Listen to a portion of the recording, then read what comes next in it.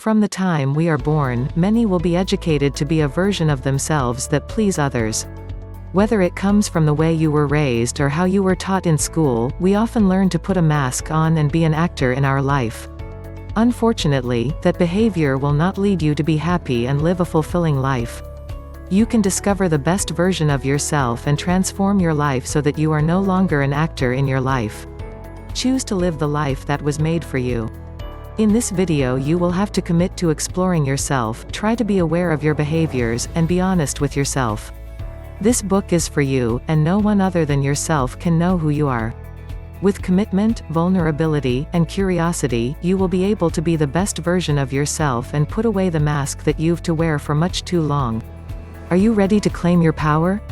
Then let's start to explore your current life and see how much you are currently your true self. The power you have is to be the best version of yourself you can be so that you can create a better world. Ashley Rickards Chapter 1, Being Yourself. The best version of yourself is being true to yourself, but what does this mean? It is sometimes easier to explain something by identifying what it isn't.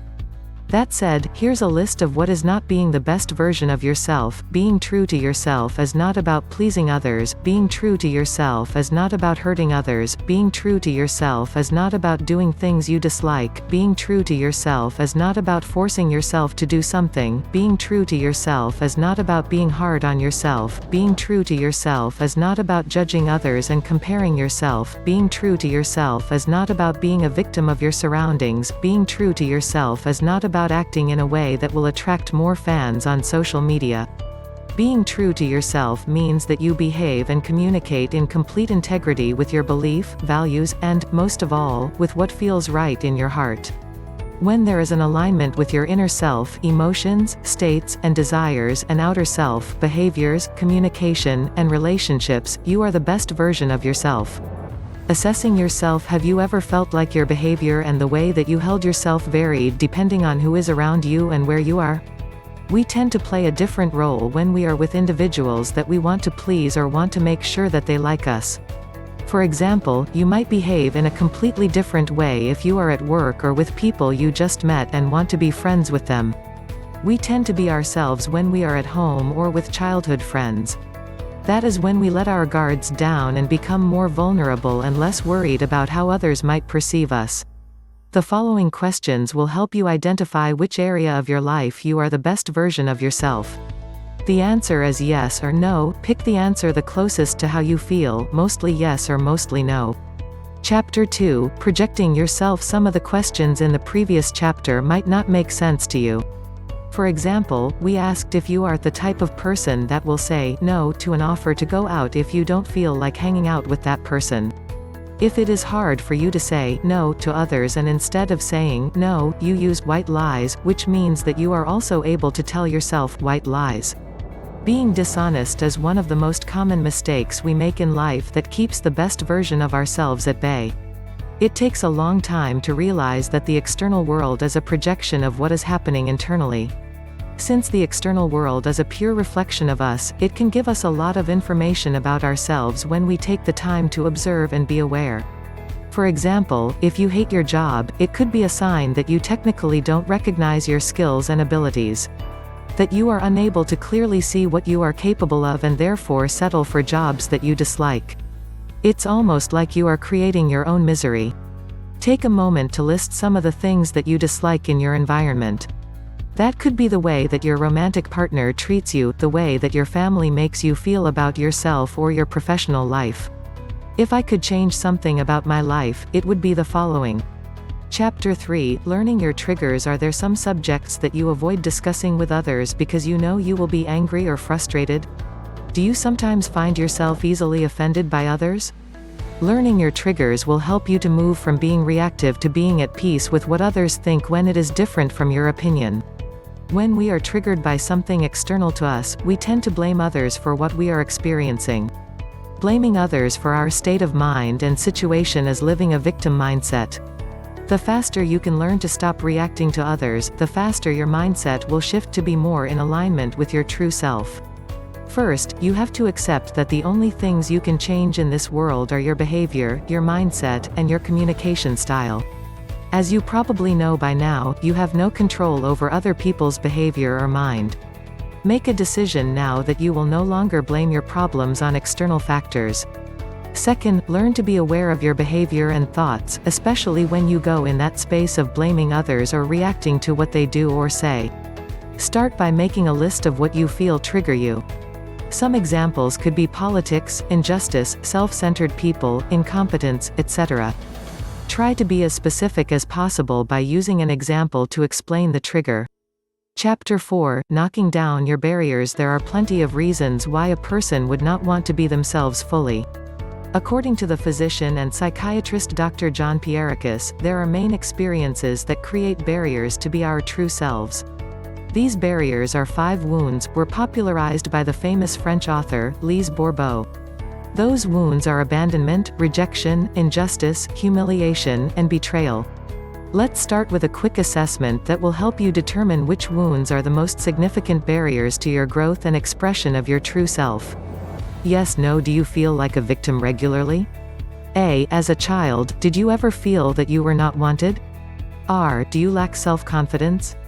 A. R. H. I. Do you regularly seek solitude? R. Do you do the tasks slowly? H. Do you find it difficult to ask for help? I. Do you think you're stable and very responsible?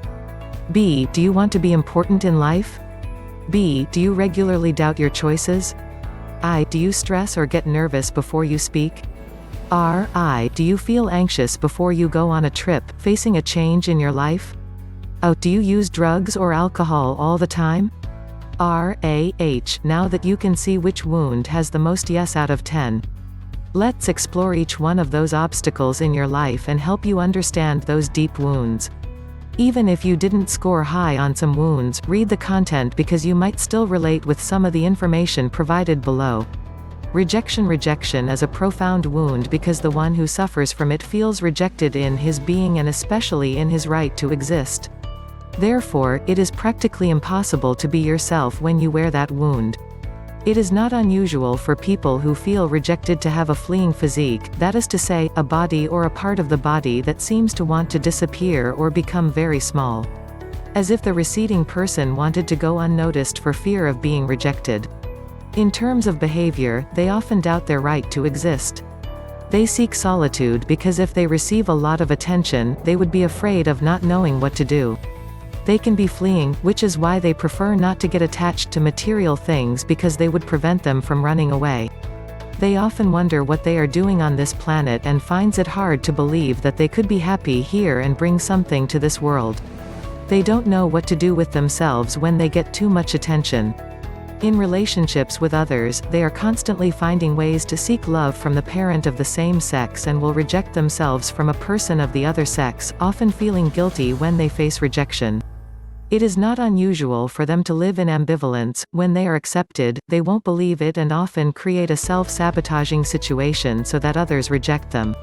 Their biggest fear is panic and anxiety because that often arises in them when they are rejected. Injustice. The wound related to injustice is intimately linked to the wound of rejection. While rejection touches deeply the being, the wound of injustice touches on having and doing. People who have that wound often has a body rigid, and as perfect as possible. They have a well-proportioned body, rigid movements, stiff neck, and very proud. They are usually lively persons with dynamic movements, but who is rigid and lacks flexibility. Often a perfectionist and envious. These persons tend to cut themselves off from their feelings and often cross their arms. They try to be perfect and justifies themselves a lot. They find it difficult to admit that they have problems. They often doubt their choices. They like order and tend to control themselves by demanding a lot from each other. They can be angry and cold and has difficulty showing affection. They don't want to be late but will often be delayed because they take a long time to prepare. It is often difficult for people with the injustice wound to accept compliments, help, or gifts from others because they feel in debt toward the person after. Their biggest fear is when others are cold toward them because that awakens the unfairness but is also a reflection of their shadow. Humiliation. This wound is mostly related to the physical aspect of having and doing. Most individuals with the humiliation wound have a larger and round body, round face, with a broad and rounded neck. They are often ashamed of themselves and others or afraid to shame others. They think they are dirty or unclean.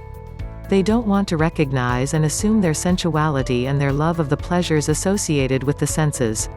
That is why they often compensate and reward themselves with food. And they gain weight quickly to give themselves a reason not to enjoy their senses. They are also afraid of being punished if they enjoy life too much. So, they ignore their freedom by putting the needs of others before their own, so that they stop enjoying life. Most individuals with the humiliation wound want to do everything for others. In reality, they want to create constraints and obligations for themselves to stop enjoying their freedom and life. This lack of enjoyment reinforces the feeling of being abused and humiliated. And in the same way, they tend to demean and humiliate others by making them feel that they cannot do it alone without them. They are often inclined to blame themselves for everything and even take the blame for others. Their biggest fear is their freedom. They are afraid to lose the ability to be themselves when humiliated by others. Abandonment. The wound experienced in the case of abandonment is the second deepest after that of rejection because they both affect the being at a profound level. Most people with the abandonment wound lack tonus. Their body is usually long and slender with a back that becomes rounded and sagging, as if the spine and muscles were not able to keep the body upright. Their body seems to need help to hold on. Those who suffer from abandonment do not feel emotionally nourished enough. They need constant help and support. They think that they cannot do anything on their own and regularly need someone to support them. They often have ups and downs. For a while, they are happy, and everything is fine, and suddenly, they feel unhappy and sad. They tend to dramatize a lot. The smallest little incident takes on gigantic proportions. In a group, they like to talk about themselves and often brings everything back to them. Besides, they usually seek the opinion or approval of others before making decisions. They can't make up their mind, or they doubt their choice when they don't feel supported by someone else. And when they do something for someone, they do it with the expectation of a return of affection. Their problems give them the gift of attention, and this prevents them from being abandoned. The more a person acts like a victim, the more his or her abandonment wound increases. Their greatest fear is loneliness, since it is directly connected to that feeling of being abandoned. Betrayal, or treason. The wound of betrayal is intimately related to the wound of abandonment. While abandonment is about being, the wound of betrayal is about having and doing. Their body often exhibits strength and power. In men, shoulders wider than the lower body. In women, lower body larger than the shoulders, pear-shaped body. The higher the asymmetry between the upper and lower body, the greater the betrayal wound. Very uncompromising, they want to show others what they are capable of. They often interrupt and respond before a person is finished. When things don't go fast enough to their liking, they become angry. They consider themselves hardworking and responsible. They struggle with laziness. They hate not being trusted and do not always keep their commitments and promises, or forces themselves to keep them. They tend to be impatient and intolerant. They confide with difficulty and do not show their vulnerability. People with a betrayal wound have great difficulty accepting the cowardice of others. They also have trouble delegating tasks while trusting others. Among the 5 wounds, the betrayal wounded is the one who has the most expectations towards others because he likes to foresee and control everything. Unlike abandonment wounded, who has expectations of others because they want to be loved and supported in their abandonment injury, the expectations of the betrayal wounded are to check that others do what they need to do well to verify if they can trust them. They firmly state what they believe and expect others to agree with their beliefs. They tend to state their point of view categorically and seeks to convince others at all costs. They think that when someone understands them, they agree with them, which unfortunately is not always the case. Their biggest fears are disengagement, separation, dissociation, and denial, which are often experienced in a situation of betrayal. It is essential to know what your wounds are to identify your limits and what obstacles stop you from being your true self. By being aware of your behaviors and wounds, you are getting to know yourself better and also understanding why you tend to behave in specific ways. Maybe one of your wounds is betrayal, and you get very insecure in your relationship when your partner doesn't live up to your expectations. By knowing that about yourself, you can learn to improve the relationship and how you react to certain situations. The first step to heal your wounds is to observe yourself when you feel hurt. Chapter 10 will help you with that. Then you can move on to accept that you aren't perfect, and it's okay to recognize the hurt. Last is to admit your fear and allow yourself to move through that fear by being vulnerable and honest with yourself and others. Whether you think you can or think you can't, you're right. Henry Ford.